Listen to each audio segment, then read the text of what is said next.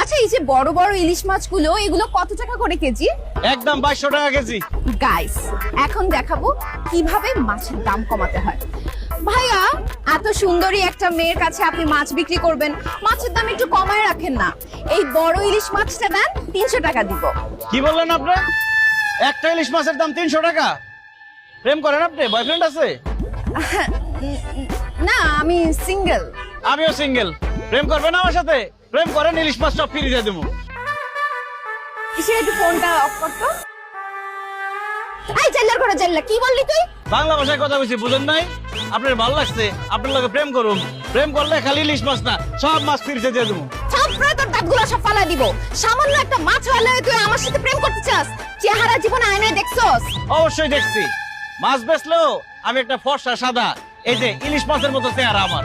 আর আপনার যে চেহারা, আয়না দিয়ে দেখছেন কোনদিন? মেকআপ ছাড়া তো আপনার চেহারা মনে হয় তেলাপিয়া মাছের মতো লাগবে। আমি কোনো মেকআপ করি নাই, this is my natural face.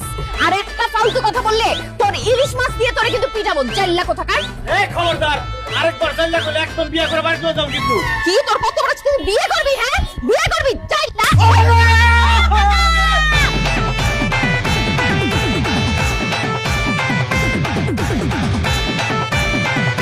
মাছের মানুষ, মাছের মানুষ, মাছের মানুষ, মাছের মানুষ, মাছের মানুষ। এত সুন্দর করে পাঞ্জাবিটা আয়রন করার পরও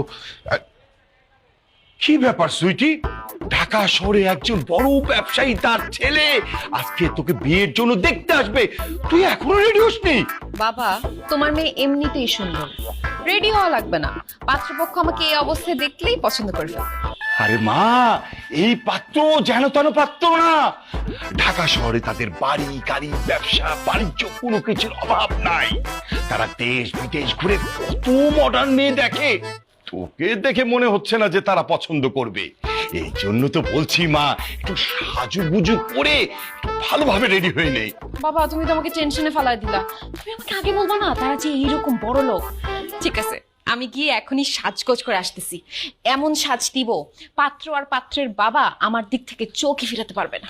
যা বা, তাড়াতাড়ি যা। শাহানা, এই শাহানা, কোথায়? আশ্চর্য, মেহমান একটু পর চলে আসবে, তুমি এখনো বাড়ি ঘর পরিষ্কার করোনি? আরে হয়ে যাচ্ছে তো, টেবিল গোছাচ্ছিলাম। রান্না বান্না করেছে তো?